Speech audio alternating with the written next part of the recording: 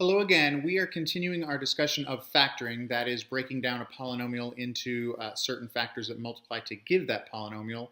Today we're going to talk about a special case of factoring, and that's factoring things that look like x squared plus some number times x plus some final number or constant. Okay, to do that, we're going to do what we did last time and just multiply some binomials together and see if we can notice a pattern.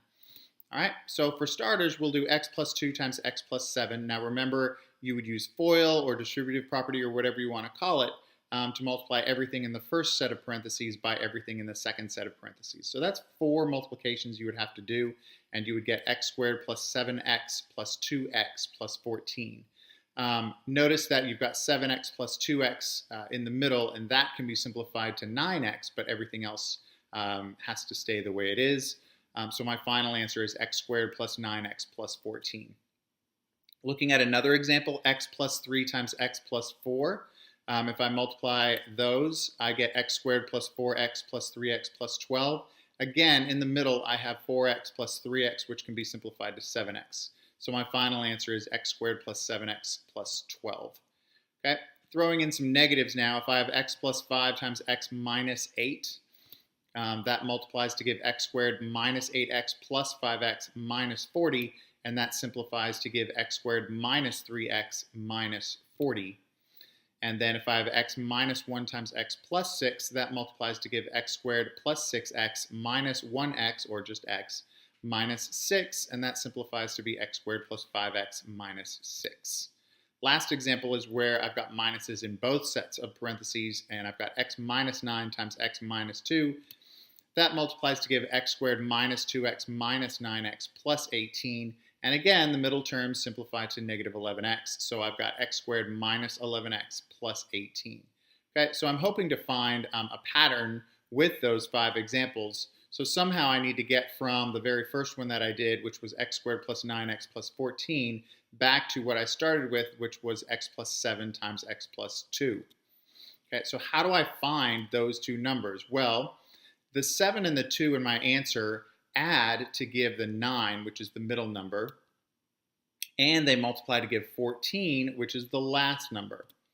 Okay, and so actually that's always the case. The two numbers that I'm looking for that will make up my answer when I'm factoring are the two numbers that will multiply to give the last number, and they will add to give the middle number. Okay, so there's only two numbers that can do that, so that's what we need to do. I want you to think in terms of area. Let's say I have a rectangle that has an area of x squared plus 6x plus 8. This is another way to think about factoring, and I want to know what the length and width are. I want to know the two things that multiply to give x squared plus 6x plus 8. Okay, so if I make a rectangle out of these shapes, I've got one x squared there, that's the big square. I've got 6 x's, which are those narrow rectangles, and then I've got 8 1's, which are those little squares there. And I need to make a rectangle out of this. So what I do is I put my square in place first, then I can put some of the x's here, and I can move some of the x's here, and then fill in the rest with the 1's. So the trick is knowing where everything goes, and trial and error will do that until you find a certain strategy that works. So the length is that x plus 1 plus 1 plus 1 plus 1, which is x plus 4. Then if I look at the width, that's x plus 1 plus 1, or x plus 2. So that factors into a length of x plus 4 times a width of x plus 2. All right, so here's another example. If I have x squared plus 11x plus 24, I need two numbers that add to 11 and multiply to give 24. Usually my strategy is I need to find the numbers that multiply to give 24 first, and then I will see which of those add to give 11. Okay, so I will start with multiplication and I will check with addition. So the pairs that multiply to give 24 are 1 and 24, 2 and 12, 3 and 8, and 4 and 6. So I simply add those pairs together until I get a pair that adds to 11. And the pair that does that is 3 and 8. So I use those two numbers to write my factorization, which is x plus 3 times x plus 8. All right, and then a final example. If I have x squared plus 2x minus 15, I need two numbers that add to 2 and multiply to give negative 15. I'm going to start with the pairs of numbers that multiply to give negative 15 because there's only so many of those. The pairs that multiply to give negative 15 are negative 1 and 15, negative 3 and 5, negative 5 and 3, and negative 15 and 1.